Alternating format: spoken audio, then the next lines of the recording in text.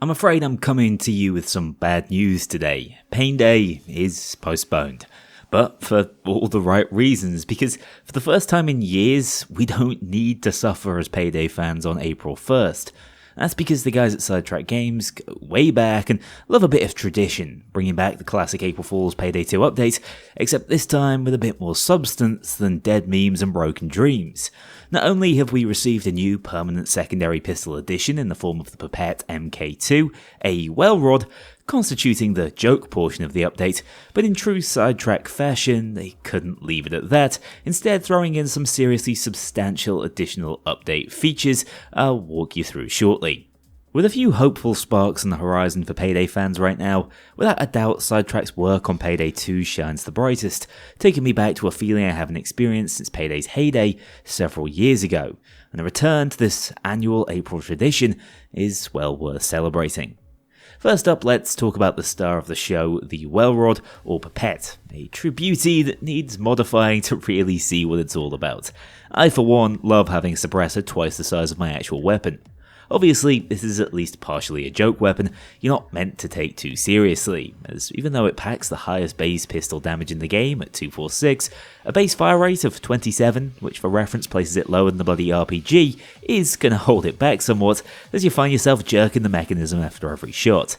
It actually has damage stats seemingly inspired by the Pronghorn secondary sniper from the first McShay weapon pack, with much better concealment to boot, but without that innate shield penetration to make it a somewhat viable utility secondary, although it can penetrate cops, which is a unique niche I suppose. Gun that aced feels like a virtual necessity if you want to heavily lean into using this thing, especially if you want to get any use out of trigger happy, and if you have good aim, it can be quite the satisfying little head popper, but without shield pen, I don't see it worming its way into any meta builds. That said, I'm probably overanalyzing a semi-joke weapon at this point. However, I am grateful to the guys because if I've ever seen a challenge run coded weapon, it would be this one. Not to mention its beautiful, unique sound effects. Pew! Pew!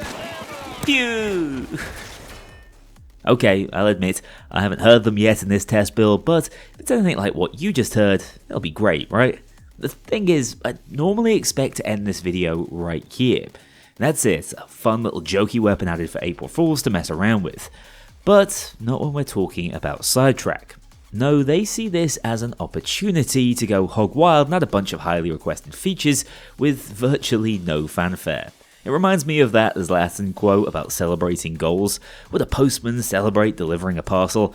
Obviously not, and that's exactly how Sidetrack goes about their business, delivering game-warping improvements with a sort of casual hand wave like there's always more to come. It makes it extra awkward when you've got Payday 3 touting their fat cops in heavily overproduced update trailers, and Payday 2's getting an entire custom burst fire mode that's been painstakingly tweaked to feel good across all weapon types as a patch note afterthought. Yes, burst fire is here at last. We had a taste with the Rodion AR a few years back, but now it's available across most weapon types, including shotguns and akimbo pistols.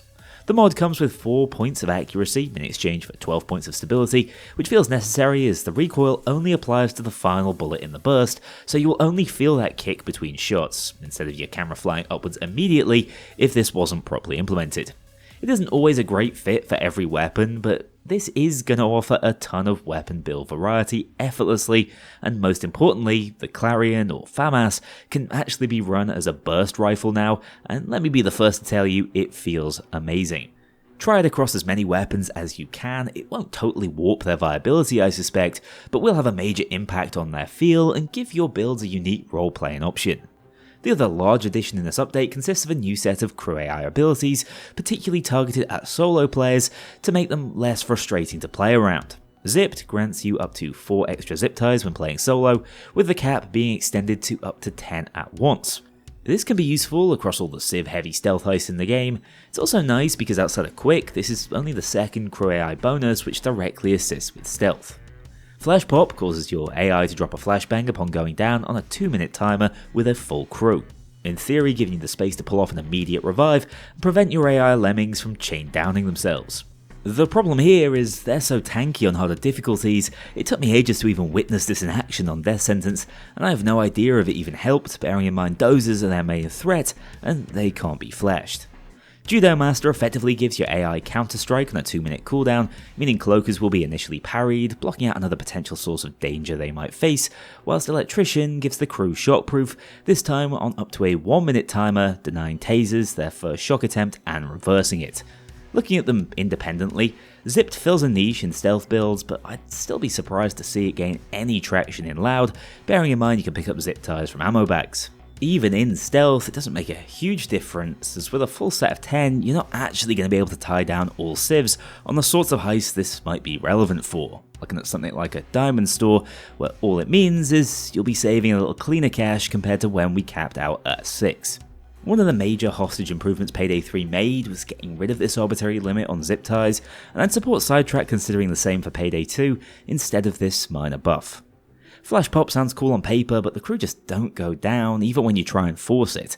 I get the idea as solo players don't tend to run Inspire, but 9 times out of 10 the crew will chain together revives on each other, so I'm not sure this is worth wasting a crew ability on, bearing in mind you'll have to give up either bonus ammo or range revives for this, as you'll still pretty much always want quick and piercing on your AI setup. Judo Master and Electrician fall into a similar category, although these do neuter some of the crew AI's only counters in the game.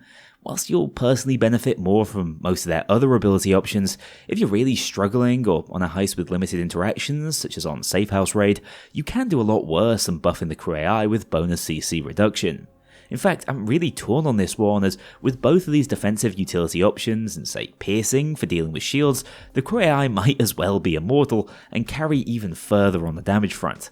If you're more interested in still being the main character of any heist, I'd avoid them, and I'm not a massive fan personally of the idea and execution, but my assumption is that most of these additions are aimed at players like myself and are instead options for newer players to receive more consistent assistance from their crew whilst playing solo. I don't begrudge them it, but this might be the first set of Sidetrack additions I'm not entirely in favour of or see the need for, unless they're planning on further nerfing the crew at a later date.